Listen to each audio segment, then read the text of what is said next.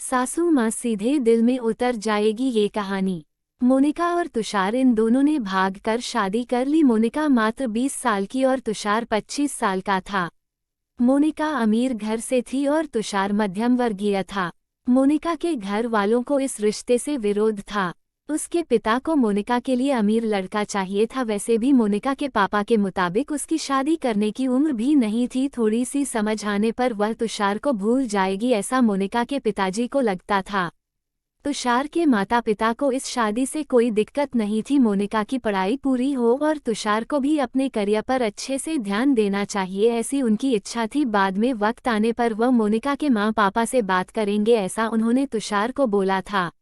एक बार मोनिका और तुषार को बाहर घूमते हुए मोनिका के भाई ने उन्हें देख लिया। मोनिका को जबरदस्ती से घर लेकर गया। उसके घर एक ही तमाशा होने लगा।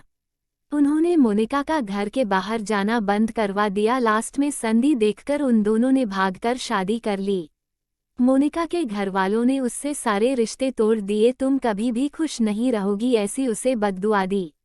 तुषार के घर वालों को उनका विरोध नहीं था, पर उन दोनों ने लिया हुआ निर्णय उसके माँ पापा को पसंद नहीं आया।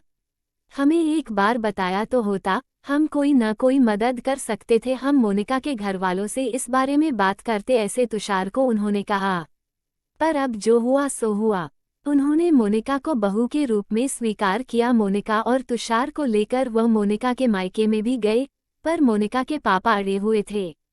उनको मोनिका का चेहरा देखना भी पसंद नहीं था। पापा के खिलाफ जाने में मां की हिम्मत नहीं हो रही थी। मोनिका के लिए अब मायका पूरी तरह से छूट गया था। धीरे धीरे मोनिका का तुषार के घर में मन लगने लगा। अब अपना जो कुछ भी है वो यहाँ पर ही है, यह उसे समझ आ गया।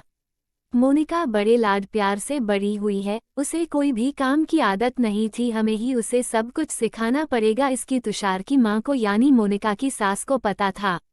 सब कुछ अच्छा चल रहा था, पर नियति के मन में कुछ अलग ही चल रहा था। उनकी शादी को जैसे तैसे 1 साल हुआ था और एक एक्सीडेंट में तुषार दुनिया छोड़कर चला गया। सभी पर दुख का पहाड़ टूट पड़ा। इन जवानी में अपने बेटे की मृत्यु होने के कारण तुषार के पापा को जबरदस्त मानसिक धक्का लगा। मोनिका भी पूरी तरह से टूट गई थी। अभी तो उनकी गृहस्थी शुरू ही हुई थी।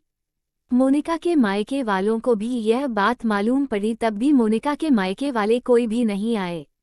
तुषार की मां इन सब में धैर्य से बर्ताव कर रही थी। तुषार के अंतिम संस्कार का कार्य निपटाकर उन्होंने मोनिका को उसके मायके छोड़ आने का निर्णय पक्का किया। मोनिका उसके मायके जाने के लिए तैयार नहीं थी। उन्होंने मोनिका को बहुत समझाने की कोशिश की। बेटी, तुम्हारे सामने पूरी जिंदगी पड़ी है, इसे बर्बाद मत करो। मैं बात करूंगी तुम्हारे माँ पापा से। जरूरत पड़ी तो मैं उनके पैर तक पकड़ लूंगी। उसे समझाकर वो उसे उसके मायके लेकर गए, पर वहां भी उन्हें निराशा ही मिली। उसके मायके वालों का गुस्सा मोनिका पर से कम नहीं हुआ था। तुषार की मां ने बहुत मनाने के बाद भी उन्होंने मोनिका को माफ नहीं किया। उसके पापा ने कहा, आपको वह बोझ लग रही होगी तो उसे कुएं में धकेल दो। तुषार के माँ पापा मोनिका को वापस घर ले आए। मोनिका के वापस घर आने से घर के बाकी लोग थोड़े नाराज थे। अब मोनिका को कोई भी खुले मन से स्वीकार करने को तैयार नहीं था। कुलक्षणी, अपशकुनी, पोते को निगल गई मेरे, अब बेटे को भी निगल जाएगी, यह ऐसा बोलकर तुषार की दादी मतलब मोनिका की दादी सास उसे ताने दे रही थी। उस वक्त तुषार के पापा की तबीयत बहुत खराब हो रही थी। ये सब मोनिका को सहन नहीं हो रहा था। उसने ठान लिया कि यहाँ से दूर निकल जाना चाहिए। रात को सब सो जाने के बाद वह निकलने वाली थी, तभी उसकी सास जग रही थी। उन्होंने मोनिका को रोका। कहाँ जा रही है, ऐसे पूछा। माँ, मुझे जाने दीजिए, मैं अपशकुनी हूँ। मेरी ही वजह से ये सब हुआ। मैं तुषार की जिंदगी में आती नहीं तो, हमारी शादी नहीं हुई होती तो आज वह जिंदा होता। पापा की भी यह अवस्था नहीं होती। मुझे जाने दीजिए, मैं यहाँ नहीं रह सकती। वक्त आने पर आत्महत्या कर लूंगी, पर अब यहाँ नहीं रहूंगी। सच में मेरे यहाँ आने से इस घर की सारी खुशियाँ चली गई। मुझे कोई अधिकार नहीं है यहाँ रहने का। मोनिका रोते रोते सब बोल रही थी। उसके सास ने उसे पहले शांत किया। मोनिका, तुम दोनों मिले नहीं होते तो, तुम्हारी शादी हुई नहीं होती तो, उस दिन उस ट्रक ड्राइवर ने नशे में गाड़ी नहीं चलाई होती तो, रास्ते पर लोगों ने तुषार को वक्त पर हॉस्पिटल में ले गए होते तो। और अब वक्त निकल गया है।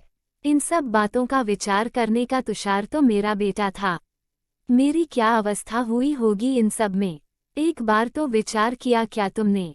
वो तो चला गया और अब तुम भी छोड़कर चली जाओगी मुझे। मोनिका, तुम मुझ पर बोझ थी, इसलिए मैं तुम्हें तुम्हारे मायके छोड़ने नहीं गई थी। तुम्हारे सामने पूरी जिंदगी है। किसी के चले जाने से हम जीना तो नहीं छोड़ सकते। यहाँ से ज्यादा तुम वहाँ पर खुश रहोगी, क्योंकि यहाँ तुषार की यादें तुम्हें हमेशा दुख देगी, ऐसे मैं सोचती थी। पर जाने दो, जो हुआ सो हुआ। अब तुम तुम्हारी पढ़ाई पूरी करोगी, मैं हूँ तुम्हारे साथ। और इनकी चिंता करने के लिए मैं हूँ, ना सिर्फ तुम्हारा साथ चाहिए मुझे बेटा इस सब में।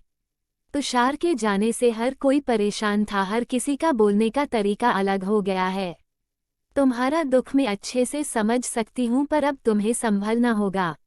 लोगों का बोलना नज़रअंदाज करना होगा, तुम्हें मन लगाकर पढ़ाई करनी पड़ेगी। तुम कोई भी गलत फैसला नहीं लोगी, इसका मुझे वचन दो। मैंने मेरा जवान बेटा गंवाया है और अब बेटी को नहीं खोना चाहती। सास की बातें सुनकर मोनिका को रोना आया। उसने सास को गले लगाया। माँ, मैं कहीं नहीं जाऊंगी आपको छोड़कर, आप जैसा बोलोगी वैसे ही करूंगी। मोनिका की सास भी मन भर के रोई। आज पहली बार उनका दुख फूट फूट कर बाहर आया था।